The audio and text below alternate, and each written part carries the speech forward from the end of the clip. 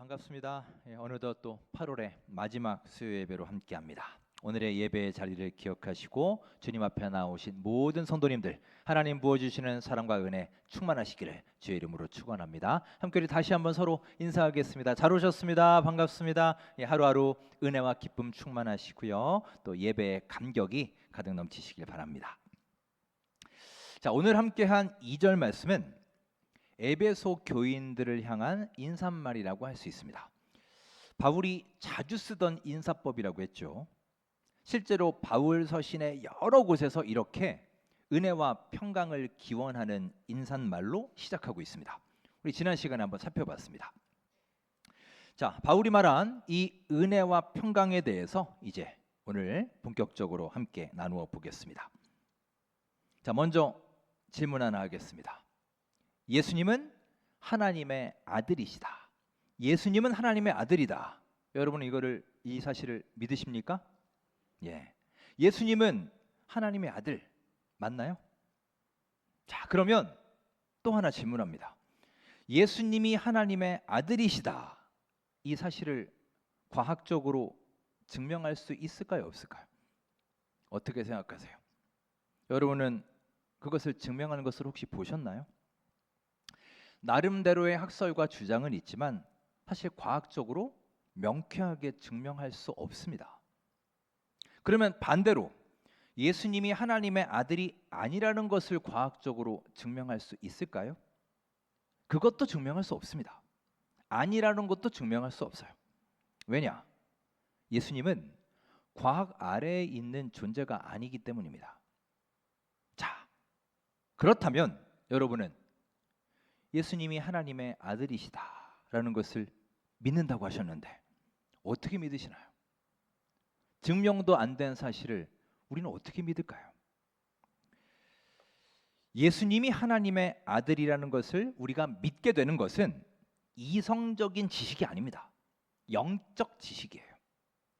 즉 우리 삶의 어느 시점에서 우리가 인격적으로 주님을 만남을 통해서, 그것이 기도를 통해서이든 사람을 통해서이든 설교를 통해서이든 우리 삶의 체험을 통해서이든 그런 주님을 인격적으로 만남을 통해 비로소 깨닫게 되는 것이죠. 따라서 이 세상의 지식과는 차원이 다른 겁니다. 마치 이런 겁니다. 개구리가 있습니다. 이 개구리는 평생을 깊은 우물 속에서만 살아왔어요. 그런 개구리에게 어느 날 우리가 바다에 대해 설명을 합니다. 너 바다가 얼마나 넓은지 아니? 바다가 얼마나 푸르고 얼마나 깊고 얼마나 아름다운지 아니? 바다 그 냄새가 얼마나 좋은지 아니? 아무리 우리가 설명을 해봐야 개구리는 이해할 수 없어요. 왜냐? 그의 세계에서는 오직 우물 입구 그 동그란 하늘이 세상의 전부이기 때문입니다. 마찬가지입니다.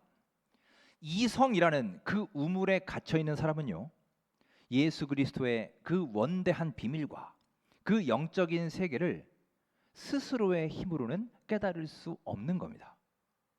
우리가 무슨 공부를 하고 우리가 열심히 연구를 한다고 되는 게 아니에요. 오직 성령께서 우리의 닫혀진 눈을 열어주시고 우리가 하나님을 인격적으로 만날 때 비로소 이분이 바로 나의 하나님이시구나, 성경에서 말하는 그것이 바로 이 말이구나 라고 우리의 삶으로 입으로 고백할 수 있게 되는 겁니다.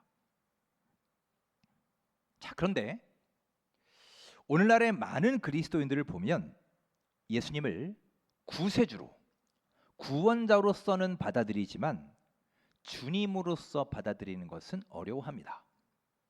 구세주와 주님, 이게 무슨 말이냐? 우리는 예수님이 내 삶에 영생을 주는 분, 나에게 구원을 주는 분, 그 구세주요 구원자이기를 원하죠. 뭔가 내 삶에 유익을 주시기를 원합니다. 하지만 그렇다고 그분을 내 인생의 주인으로 모시는 것은 어려워한다는 거예요. 여전히 내가 내 인생의 주인이고 싶어 하지 않습니까? 지금 내가 소중히 여기는 것들, 내가 쥐고 있는 것들을 놓고 싶지 않아요. 그래서 우리는 소위 구세주 예수와 주님 예수를 분리해서 신앙생활을 하고 싶어 합니다. 그리고 그렇게 믿음 생활하는 사람들이 의외로 많습니다. 하지만 여러분 기억하십시오. 우리 주 예수님은 구세주이시면서 동시에 주님이셔야만 합니다. 이 두 가지를 분리하는 것은 불가능해요. 따라서 우리가 예수님을 나의 주님으로 고백할 때는 내 삶을 통하여 진지하게 고민해 봐야 하는 것입니다. 자, 앞서 말씀드린 것처럼 바울의 인사말은 은혜와 평강을 기원하고 있다라고 했습니다. 이 은혜와 평강을 가리켜서 사도 바울이 말하는 두 가지의 기둥이라고 합니다. 그의 핵심이라는 거예요. 오늘은 이 두 개의 기둥에 대해서 함께 나누어 보겠습니다. 먼저 은혜입니다. 은혜라는 말이 신약 성경에만 무려 155회 등장하고요. 그 중에 바울 서신에만 100번 넘게 나온다고 했습니다.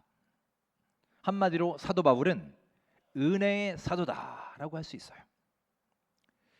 자, 고린도전서 15장 10절 말씀을 함께 읽어볼까요? 자, 오늘은 한번 성경을 여러분 찾으면서 읽어보겠습니다. 자, 우리 옛날 생각하시면서 우리 고린도전서 15장 10절 말씀 함께 보겠습니다. 282면에 있습니다. 오늘 조금 사정이 있어서 그래요, 여러분. 양해 바랍니다. 신약 282면 고린도전서 15장 10절 282면 함께 읽겠습니다.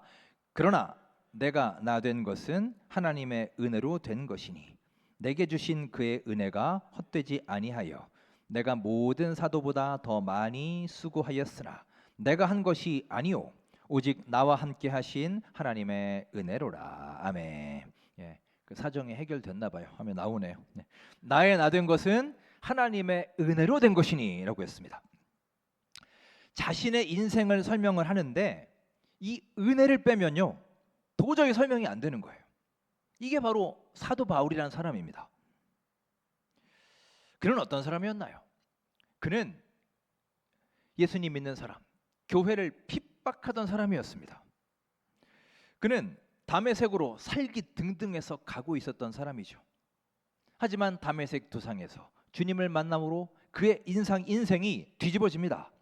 교회를 핍박하던 사람이 교회를 위해서 희생하는 삶으로 완전히 그의 삶이 역전된 것입니다. 자, 그러니 은혜가 아니라면 이 놀라운 인생의 반전을 과연 어떻게 설명할 수 있겠어요?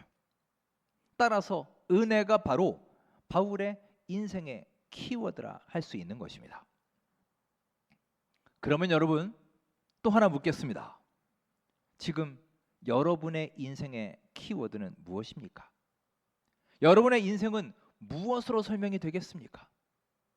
여러분과 저의 인생이 사도 바울의 놀라운 고백처럼 하나님의 은혜를 빼고는 도저히 설명할 수 없는 내가 지금까지 지내온 것, 내가 지금 이 자리에 이렇게 살고 있는 것, 내가 하나님의 자녀로 살고 있는 것, 이 모든 것은 오직 하나님의 은혜입니다. 이 고백이 가득히 넘쳐나는 우리 모두의 귀한 삶이 되시기를 주님의 이름으로 축원합니다. 은혜는 대가와 다르다고 했죠. 즉 내가 열심히 노력하고 땀 흘린 그것에 대한 보상으로 주어지는 것이 대가라고 한다면 무자격하고 무가치한 대상에게 전적으로 값없이 주어지는 것을 우리는 은혜라고 합니다. 우리가 은혜를 받게 되면, 이 은혜를 받으면 그때부터는 사건과 사람과 세상을 보는 눈이 완전히 바뀌게 되는 거예요. 제가 한번 들려드린 예화가 있죠. 미국의 에이브라함 링컨 대통령, 그에게는 정치적인 숙적이 한 명 있었습니다. 바로 에드윈 스탠튼이라는 사람입니다. 그는 링컨을 향해 계속해서 증오하며 저주를 퍼부었습니다.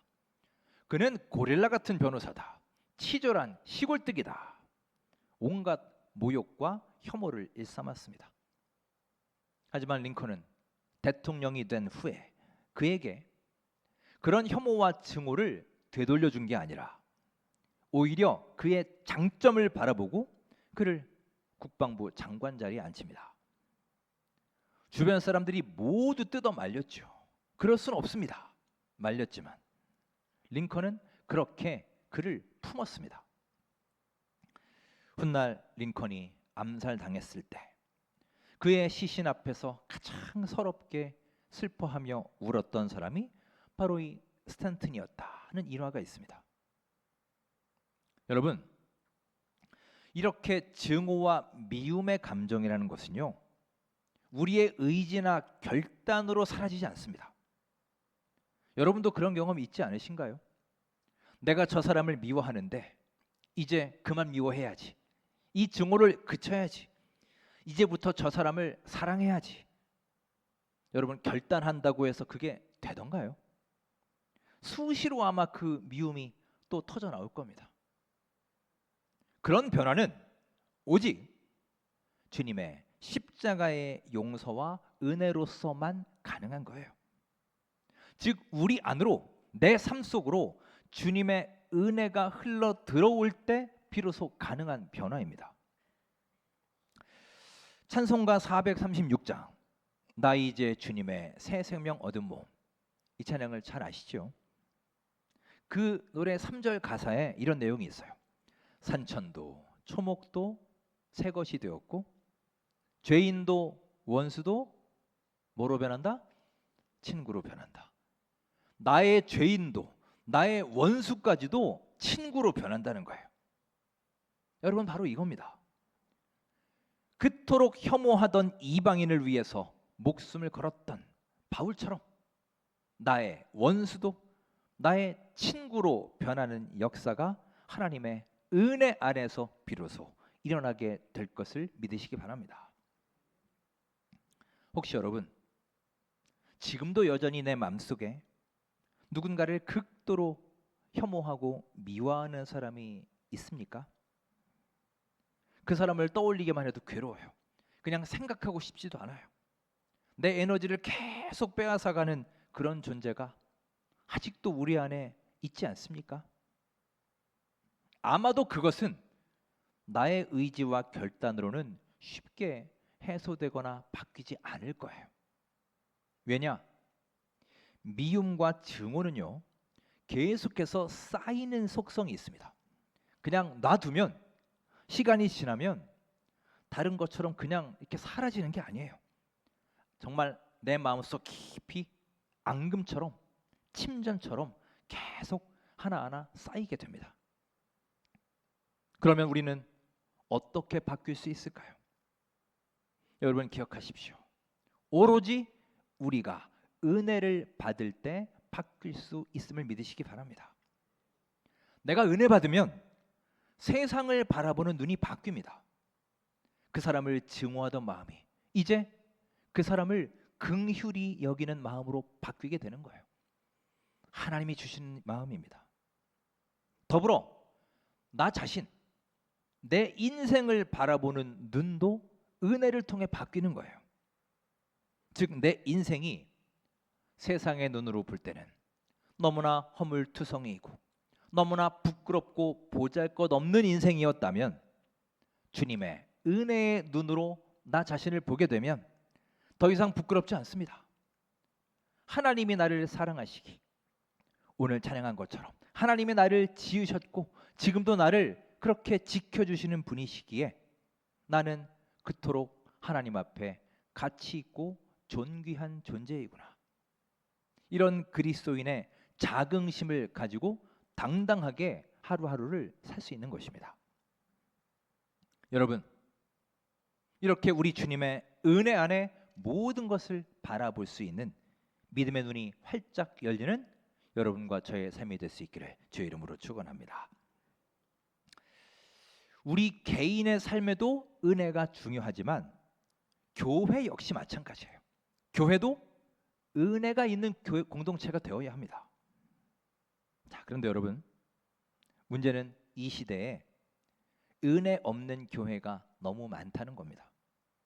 멋진 시설과 좋은 음향과 화려한 프로그램은 넘쳐나지만 정작 그 안에 은혜가 없고 그 안에 예수님이 계시지 않은 교회. 그래서 경건의 모양은 갖추었지만 경건의 능력이 사라져버린 교회가 점점 많아지고 있습니다. 바나바가 안디옥 교회에 갔을 때 그는 은혜를 보았다라고 말하고 있어요. 그는 은혜를 보았습니다. 저는 우리 원천교회가 무엇보다 하나님의 은혜가 보이고 예수 그리스도가 이 안에서 보일 수 있는 영적으로 살아있는 교회, 경건의 능력이 발휘되는 생명의 교회가 될 수 있기를 간절히 소망합니다. 자, 그다음 바울이 말하는 또 하나의 기둥, 은혜와 함께 있는 또 하나의 기둥은 바로 평강입니다. 평강을 헬라어로는 에이레네라고 합니다. 여러분 들어보셨는지 모르겠습니다. 우리 그 영어 이름 중에 아이린이라는 이름이 있어요. 유명한 연예인 중에도 아이린이 있죠. 그 아이린이 바로 이 평강이라는 뜻의 에이레네에서 온 이름입니다. 예수님이 제자들과 이별하시면서 말씀하셨어요. 평안을 너희에게 끼치노니 곧 나의 평강을 너희에게 주노라. 우리에게 평안을 주실 수 있는 분은 오직 한 분, 예수님밖에는 없습니다. 여러분, 세상에 돈이, 세상에 좋은 집이, 세상의 명예가 우리에게 평안을 주지 않아요. 부활하신 예수님이 제자들에게 나타나셨을 때 제자들은 뭘 하고 있었나요? 모두 다 문을 꼭꼭 걸어 닫고 잠그고 있었습니다. 두려움 가운데 떨고 있었어요. 그런 그들 앞에 예수님이 나타나셔서 이 말씀을 하신 겁니다. 평강이 있을지어다. 우리 인간은 죄로 인해 여러 가지 관계가 깨져버렸습니다. 먼저 하나님과의 평화가 깨졌습니다. 또 죄로 인해 다른 사람과의 관계도 깨졌습니다. 마지막으로 우리의 죄로 인해 내 자신과의 관계도 깨졌어요. 하나님과 이웃과 내 자신과 이 모든 관계가 깨져버린 우리들입니다. 이렇게 관계의 단절로 혼란 중에 있던 우리에게, 두려움 가운데 빠져 있던 우리에게 예수 그리스도로 말미암아 이 평강, 에이레네가 주어진 것입니다. 이 평강은 곧 관계 회복을 뜻합니다. 깨어졌던 하나님과의 관계가 회복되는 것이 평강이고, 다른 사람들과 멀어졌던 관계가 다시 치유되고 회복되는 게 평강이에요. 마지막으로 내 자신을 증오하고 한없이 낮아지고 좌절에 빠져 있던 내 자신과의 관계가 회복되는 것이 바로 평강입니다. 따라서 우리 그리스도인들은 이 세 가지의 관계 속에서 평화를 누릴 수 있는, 그리고 누리며 살아가야 하는 존재입니다. 사랑하는 여러분, 우리는 지금 이 세 가지의 관계 속에서 평강을 누리고 계십니까? 하나님과의 평화를 누리고 계시나요? 이웃과의 평화를 유지하고 계십니까? 내 자신과 평화를 누리고 여러분 자신을 사랑하고 계신가요? 이 평안을 하나님께서 지금 이 시간 예배하는 우리 모두에게 부어주실 줄 믿습니다. 우리가 자주 쓰는 샬롬이라는 말이 있죠. 평화의 인사입니다. 이 샬롬이 바로 에이레네와 같은 뜻입니다. 샬롬은 히브리어, 에이레네는 헬라어입니다. 평안, 평화라는 뜻이죠. 세상에서 말하는 평화는 무엇입니까? 우리가 흔히 말하는 평화, 전쟁과 평화 할 때 이 평화는 말 그대로 갈등이나 다툼이나 전쟁이 없는 상태를 우리는 평화라고 합니다. 그런데 성경적인 의미에서의 평화는 다릅니다. 단지 전쟁이 없는 소극적인 차원의 평화가 아니에요. 지금도 미국과 러시아의 사이를 보십시오. 핵무기가 있으니까 전쟁을 못 하잖아요. 우리나라도 언제든 그런 핵의 위험에 노출되어 있습니다. 위험한 상황입니다. 이것은 어쩌면 핵이 가져다주는 평화입니다. 참 아이러니하죠. 성경의 평화는 이런 류의 평화를 말하는 게 아니에요.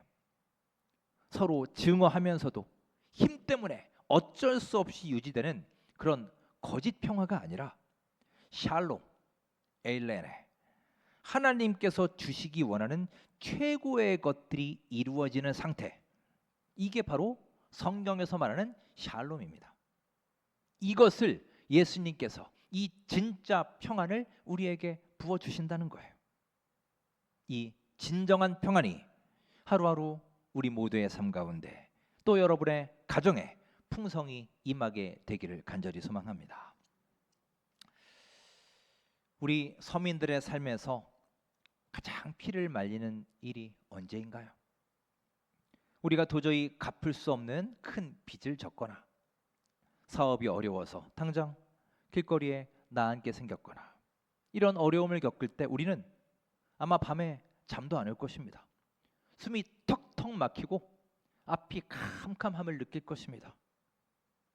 자, 그런데 여러분, 만일 그때 나를 너무나 사랑하고 아끼는, 그리고 나를 너무나 잘 알고 있는, 게다가 어마어마한 재산을 가진 부모님이나 지인이 찾아와서 이렇게 말합니다. 걱정 마라. 내가 너의 보증을 섰고 이제 모든 빚을 내가 책임지고 다 갚아줄 테니 너는 이제 두 발 쭉 뻗고 푹 자거라. 그러면 여러분, 이 말을 듣는 순간 우리는 어떨까요? 당장 그날 밤 내 주머니에 또 내 통장에 현금이 들어온 게 아니에요. 밀린 고지서들, 밀린 독촉장 아직도 내 책상 위에 그대로 남아 있습니다. 내 삶의 환경은 어제와 똑같습니다. 하지만 이제 내 마음은 완전히 달라질 거예요. 이제는 두 다리를 뻗고 단잠을 잘 수 있습니다. 왜냐? 나의 그 심각한 문제를 완벽하게 해결해 줄 든든한 분이 나를 책임지고 있다는, 그리고 나를 도와주실 것이라는 그 사실 하나 때문입니다. 성경이 말하는 평강, 에일레네가 바로 이런 뜻이에요. 내 통장 잔고는 여전히 바닥이고 우리 자녀들 문제도 아직 풀리지 않았고 내 몸은 여전히 아프지만 내가 너를 지명하여 불렀나니 너는 내 것이라. 내가 너를 끝까지 책임질 것이다. 약속하시는 전능하신 하나님께서 내 뒤에 서 계시는구나. 나와 함께 계시는구나. 나의 하나님이 되시는구나. 이것을 확신하기에 우리가 뼛속 깊이 누리는 진정한 평안인 것입니다. 이 평안을 갖고 있으면 우리는 요동하지 않습니다. 우리가 살고 있는 이 세상, 얼마나 험하고 고된 세상인가요? 오늘도 여러분 각자의 처소에서 참 수고 많으셨습니다. 오늘도 여러 곳에서 상처도 입고 마음도 다치지 않으셨나요?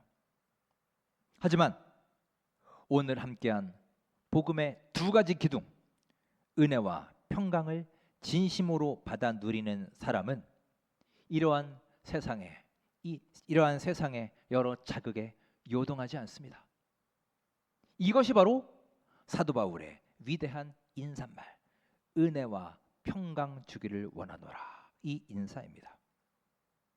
이 두 가지의 기둥을 마음속 깊이 새기며 하루하루 승리의 삶을 살아가시기를 주님의 이름으로 축원합니다.